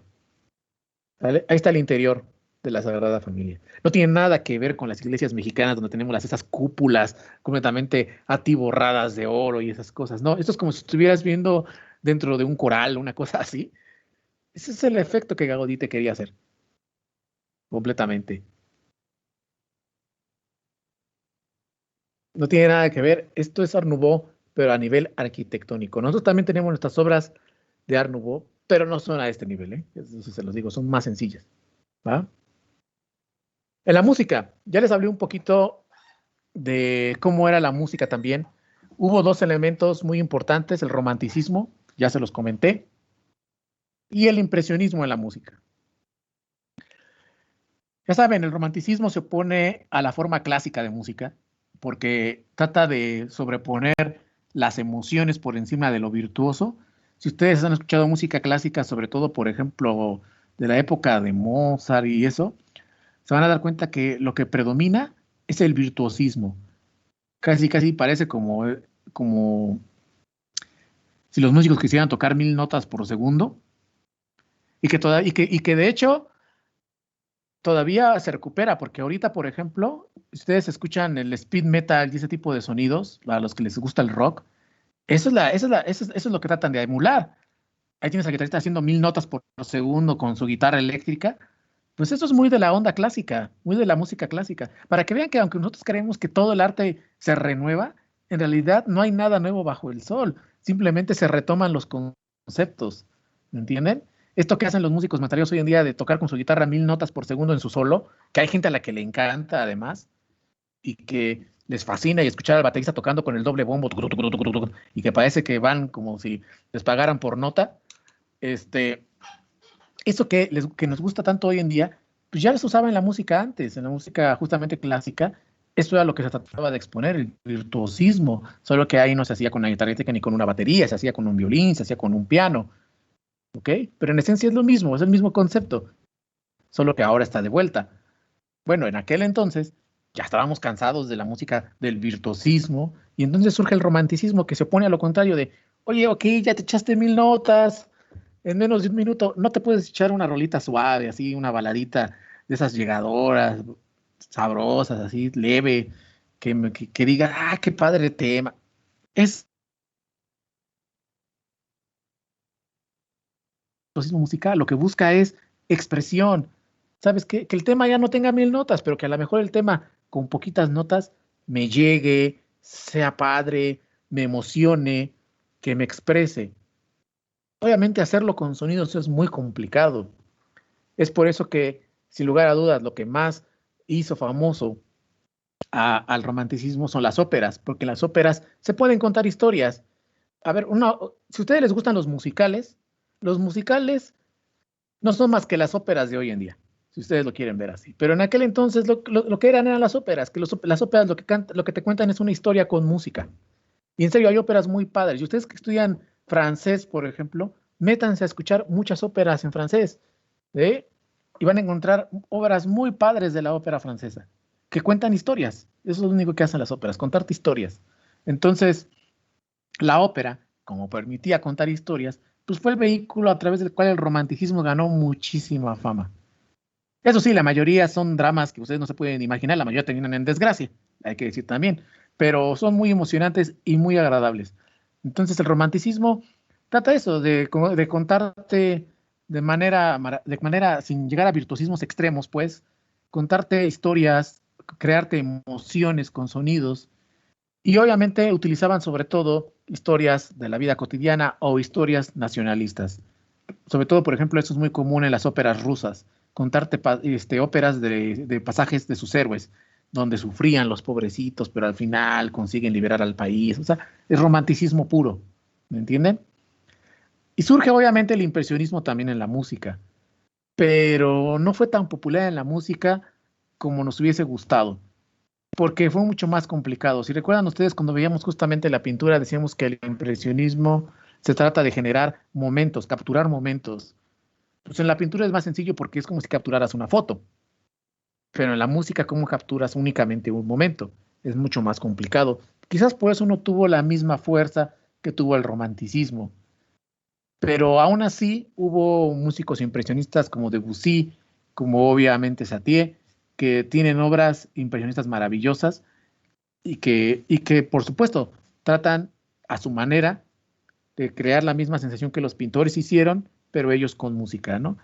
Hablan mucho sobre la naturaleza y las pasiones humanas, pero usualmente este género, o sea, el impresionismo aplicado a la música, únicamente se quedó en Francia. No, no fue muy popular a nivel europeo. No la rompió como la rompió el romanticismo, que sí, lo que es la música, la rompió tremendamente, ¿no?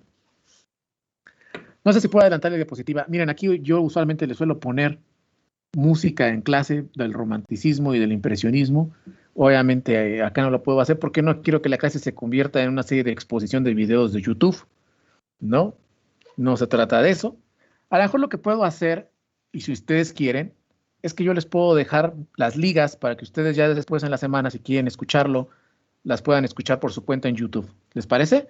Les subo un documento con las ligas y ya si ustedes quieren escucharlas, pues ya lo hacen, ¿no?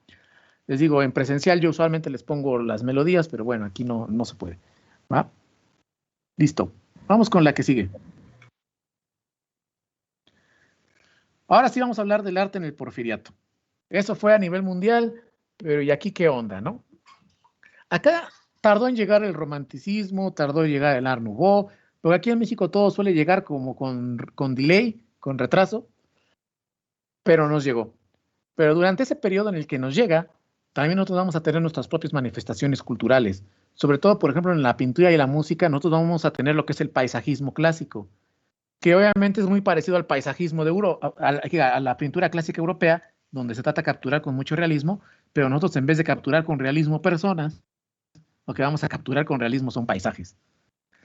Quienes son de Toluca, a lo mejor conocen el Museo José María Velasco, no sé si lo conocen o no, está a un lado del Palacio Legislativo, y si no saben dónde está el Palacio Legislativo, está a un lado de la casa, del Palacio de Gobierno.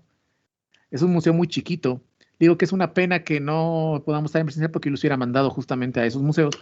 Y ahí van a encontrar pinturas de José María Velasco, que básicamente él se dedicó a hacer paisajismo. Donde ¿de qué se trata? Pues de reflejar el paisaje lo más real que se pueda, porque ese es el estilo clásico, el realismo. Y fue muy famoso en México el paisajismo, hasta que obviamente llegó el Art Nouveau y el impresionismo también a la pintura en México. Pero aquí, en el caso muy particular del Art Nouveau, a diferencia de como vimos con Mouchat y con los franceses, aquí donde se va a aplicar mucho es en el grabado. Aquí se va a utilizar mucho el grabado para poder expresar mensajes, ideas y hasta burlas, porque también eso es lo que va a aplicarse.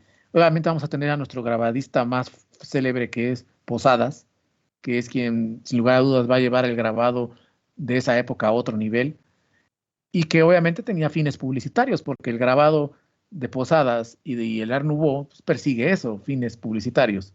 A final de cuentas nunca hay que perder el sentido de lo que es la corriente. Y a nivel musical nos va a llegar mucho lo que es el romanticismo de las óperas, de la música de salón, y algo que es muy mexicano, que son las marchas militares. Recuerden que a final de cuentas, don Porfirio había sido capitán del ejército mexicano, había peleado guerras, tenía esa formación militar. Entonces, lo que eran las marchas militares era un común denominador de lo que es la música en ese periodo. De hecho, seguramente todos conocen una de las marchas más populares, que es Jesucita de Chihuahua, que si fuera una escuela pública seguro la deben conocer. A lo mejor no saben que se llama Jesucita de Chihuahua. Se las voy a poner en una de las ligas y ya la escucharán y me dirán, ah, sí, pues sí, claro, me la ponían cada vez que salía de la primaria. Y es una de las marchas muy, muy clásicas del periodo. Pero bueno, se los comparto en las ligas, se los voy a dejar en la semana para que ustedes lo escuchen. Respecto a la arquitectura, pues sí, don Porfirio estaba tomando todo lo que tenía que ver, obviamente, con lo que era la arquitectura francesa, pues obviamente el Art Nouveau fue la arquitectura que predominó. Entonces, vamos a encontrar nosotros aquí en México muchísima influencia de justamente de la arquitectura francesa y del Art Nouveau. Y también de la moda, porque de la moda francesa lo que se va a adoptar es la Belle Époque, que ya les mostré más o menos cómo era la ropa de la Belle Époque, con esos vestidos zampones, con colores pasteles, que hasta la fecha todavía se usan en los 15 años, les repito, porque no hay chica con sus 15 años que no tenga un vestido del Art Nouveau de la Belle Époque. ¿Vale? ¿Puedo adelantarle? Ustedes me dicen. Está bien, no, profe, por favor. Está bien, está bien. Sí, que me tomo un traguito de agua.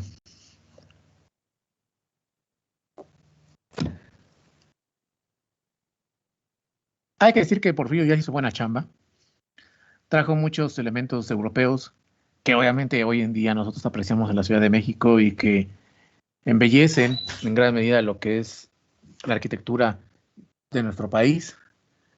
En una señal de lo que yo les había comentado, ¿no? Que nosotros somos un país hibridizado completamente, ¿no? Mezclado completamente. Nosotros tenemos elementos de muchísimos lugares, de muchísimas culturas. Entonces no podríamos nosotros únicamente inclinarnos sobre una cuestión o sobre otra. ¿Por qué? Porque somos un híbrido. Somos una mezcla de varias ideologías, de varias corrientes culturales, de sangre, de diferentes sangres. Entonces, el que nosotros hayamos pasado por estas situaciones de combinación de culturas nos ha enriquecido, nos ha hecho un país con una cultura mucho más amplia, con una visión más amplia y que además podemos contar con la riqueza de que lo tenemos muy cerca, porque podemos ir a una ciudad y podemos verlo. No necesitamos a veces incluso viajar tan lejos para poder observarlo, ¿no? Como otros países que, pues sí, no tienen ese contacto tan directo con otras culturas, ¿va? Bueno, pues ya está. Vamos a ver. Voy a poner un poquito de eso para que ustedes se den una idea de cómo era. Lo que ustedes están viendo es Art Nouveau, como se pueden dar cuenta. Es un vitral completamente Art Nouveau. Esta es Pomona y Hebe, que obviamente son diosas griegas. Estos vitrales, aunque parecen que no son de aquí, son mexicanos, en el sentido de que los van a encontrar ustedes nada más y nada menos que en el castillo de Chapultepec. Si ustedes van, ahí los van a encontrar. Los trajo don Porfirio, los mandó a hacer a Francia y los trajo para acá. Diana y Ceres. Y nuevamente, es todo el Art Nouveau que nosotros conocemos, el estilo clásico de detalle, pero con esos toques románticos y con esa técnica muy natural que tiene el Art Nouveau francés. Y justamente ahí está la foto para que vean que no me los estoy chamaqueando, del corredor donde se ven los vitrales. Eso es una foto del castillo de Chapultepec. Si la foto se ve horrible es porque la tomé yo directamente y no soy buen fotógrafo. Pero ahí está, para que vean. Ojalá, digo, es una pena que no podamos salir porque ustedes hubieran visto en persona justamente esos vitrales del castillo de Chapultepec. Eso es Art Nouveau, la arquitectura Art Nouveau. Más Art Nouveau, obviamente no está al nivel de Gaudí, yo lo sé. Es el Palacio de Correos, en el Distrito Federal. Todo eso está en el centro histórico. Si van al DF, visiten el centro histórico. Es Art Nouveau, pero les repito, no está al nivel, obviamente, de Gaudí, pero Gaudí se le iban las ondas, entonces estaba a otro nivel. Curvas, estilizado, alusión a la naturaleza con pequeños retoques de flores y de hojas. Art Nouveau. Está padre, muy afrancesado, muy de la corriente. Y les repito, todo esto fue hecho justamente para que los extranjeros, la gente que venía de afuera, se sintiese como en casa. Ahí está el techo para que ustedes lo puedan ver.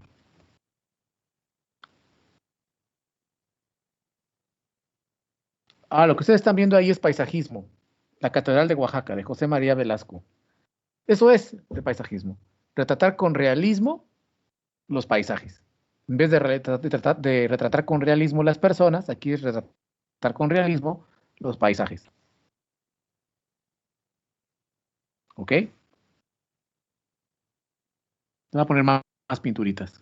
Valle de México desde el Tepeyac. Hay documentales incluso de gente que se ha puesto a la tarea de buscar los lugares que pintó José María Velasco. O sea, se han ido a buscar por medio de las pinturas a ver en dónde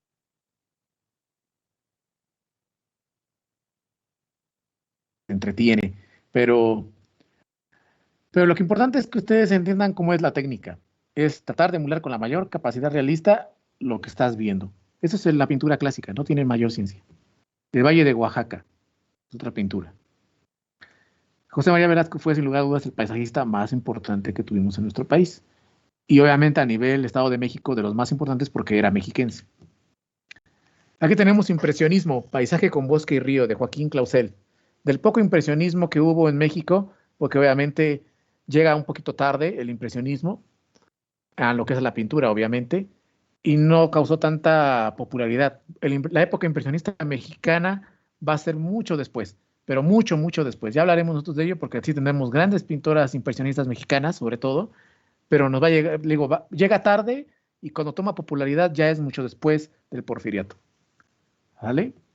Canal de Xochimilco, también de Joaquín Clausel.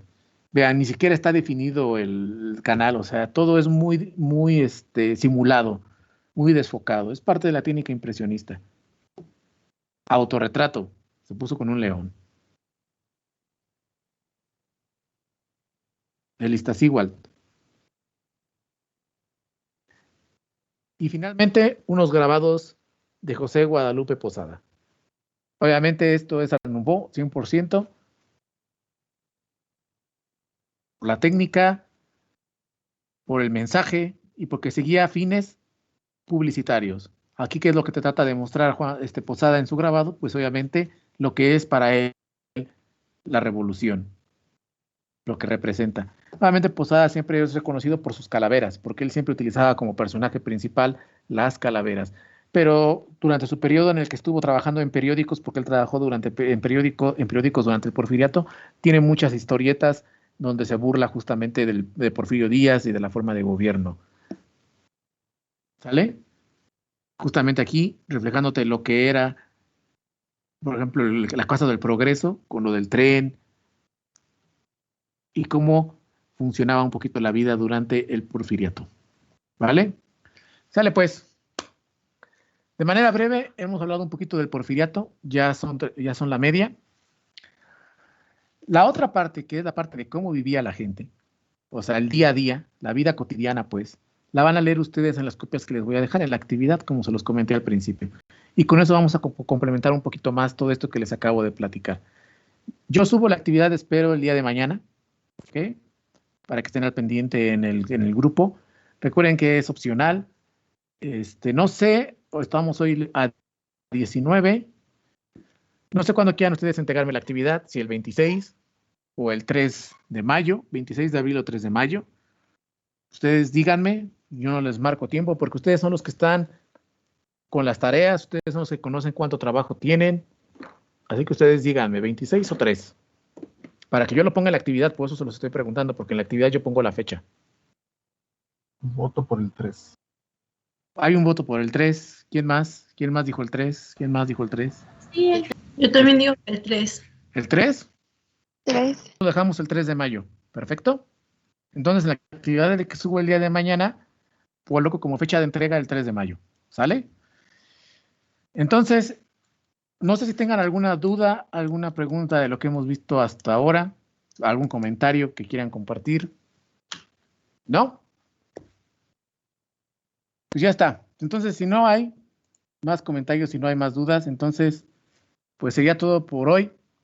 Y nos veríamos nosotros hasta el otro lunes. Les subo a la actividad, yo creo que el día de mañana. Les voy a tratar de poner también las ligas para las piezas musicales para que ustedes las escuchen y puedan más o menos ir comparando. Ya vieron las pinturas. Y bueno, pues si no tienen dudas ni más, entonces les deseo una excelente semana, que les vaya muy bien, échenle ganas, es lunes, vamos comenzando y nos estaríamos viendo la otra semana, ¿ok? Pues Profe, cuídense mucho. ¿Qué pasó, Daniela? yo así de rápido, no sé A si ver. usted sepa algo sobre los bailes y eso, pero cuando fui a la Ciudad de México y entré a la Torre Latino, pues ahí exponen un montón de cosas sobre la revolución y eso. Y me encontré con como menús de los bailes y de las juntadas que se hacían, supongo, y la mayoría estaban en francés, y pues yo no sabía por qué, tenía esa curiosidad, pero ya con esto pues me lo reafirma, pero no sé cómo eran los bailes, si juntaban como a los extranjeros o solamente era porque pues estaban ellos tanto en la cultura que sus menús los hacían en francés. Mira, era por las dos razones, Daniela, porque había extranjeros que obviamente nada más sabían francés y pues no, no les vas a dar el menú en español, pero también porque era parte de la moda, ¿me entiendes? O sea, copiar lo francés. A ver, ustedes ya están viendo ahorita lo de los préstamos, ¿no? Ya saben lo que es un préstamo, porque ya llevaron lingüística, ¿no? Y de pronto, por ejemplo, no sé si has visto que parte de la gente, incluso que no sabe nada de lenguas, utiliza palabras en inglés para referirse a cosas, ¿no? Aun cuando hay palabras en español que podrían utilizar para sustituirlo, ¿no? O sea, tú tienes una palabra en español para referirte a ciertas cosas, pero ¿por qué usas la palabra en inglés? Porque es la que usualmente se acostumbra. Ajá. Entonces acá pasaba lo mismo. Usábamos palabras en francés, cosas en francés. ¿Por qué? Pues porque era lo que se usaba, era lo padre, lo que estaba de moda, utilizar el francés de esa forma. Aunque pudieras colocar el menú en español, pues no. ¿Por qué? Porque lo que está padre, lo que está cool es utilizar el menú en francés. ¿Me entiendes? Entonces era muy común.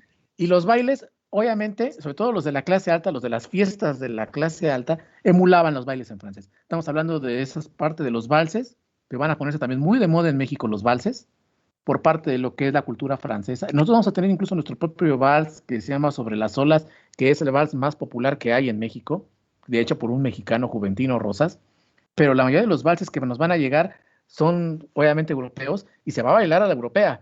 Ya sabes, estos bailes de vueltas y vueltas y darle vueltas a la pista con tus vestidos ampón, así como ¿te acuerdas de La Bella y la Bestia? Cuando bailan, Sí. ese es el tipo de baile francés. O sea, no creas que Disney se lo inventó, se lo tomó de ahí. Y eso era lo que justamente permeaba en esa época. A lo mejor, si les gusta mucho esa época, debió haber sido muy padre para ustedes vivir en ese tiempo. Obviamente en la clase alta, ¿no? En la clase baja, ¿no? Pero era eso que te refleja, por ejemplo, Disney en La Bella y la Bestia, eso es muy justamente de la Belle Époque y justamente de la música de la época y de la forma de bailar de la época. Y obviamente cuando veías los menús en francés, que eran menús obviamente de restaurantes de nivel alto, porque no eran de restaurantes de esquinita ni de esas cosas, pues estamos hablando justamente de ese tipo de idea, de venderle al mexicano que se sentía francés, la idea de que estaba consumiendo algo en francés, ajá, y obviamente al extranjero francés, pues que pudiese entender el menú, ¿sale? Ok. Por ahí va, Daniela, no sé si te aclaré tu duda. Sí, está bien, gracias. No, de nada. A ver, Ángel, te escucho. Tienes que levantaste tu manita, Ángel.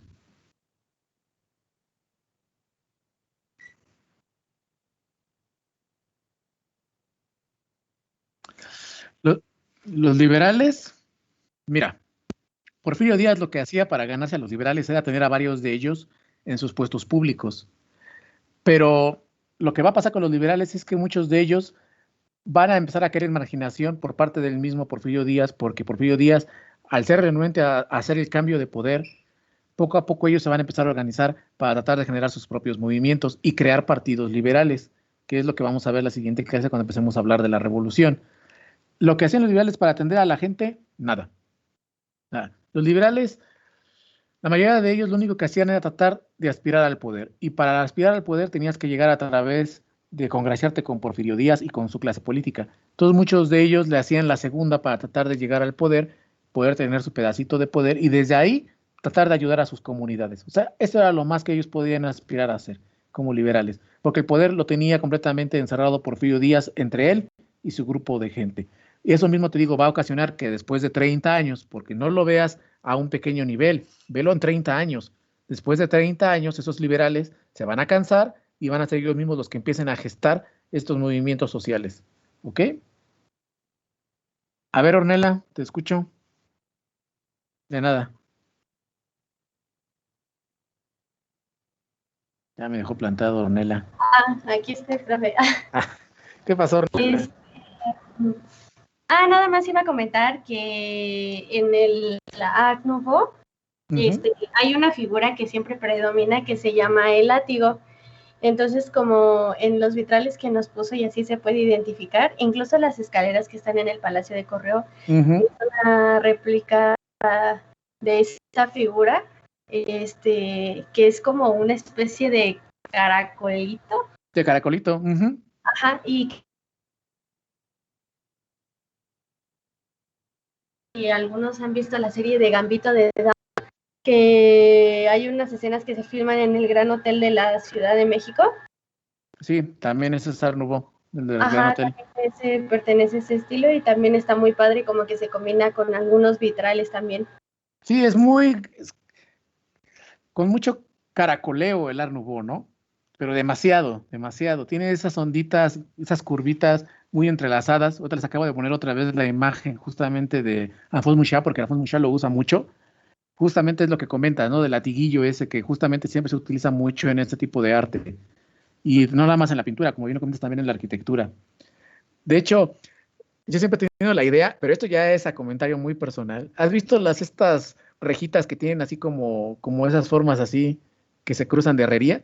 Yo siempre he sentido que ese elemento que utilizan en las herrerías, de las puertas, de los aguanes y esas cosas, es muy tomado justamente ese latiguillo del Art Nouveau. Pero bueno, eso ya es idea mía, es lo que era mía, ¿no? Sí, pero muy probablemente Pero sí. muy probablemente sí, ¿no? O sea, yo creo que viene de ahí. No sé si alguien más tenga algún comentario. Muchas gracias, Ornella, por tu comentario. No sé si alguien más tenga algo que comentar. ¿No? Pues ya está. Pues vámonos a descansar. Les deseo que tengan una excelente tarde, una excelente semana. Échenle muchas ganas. Vamos comenzando. Y yo los veo el lunes. Estén al pendiente porque les voy a subir la actividad. ¿Sale? Pues cuídense mucho. Nos estamos viendo. Que tengan una excelente tarde todos. Que les vaya muy, muy bien.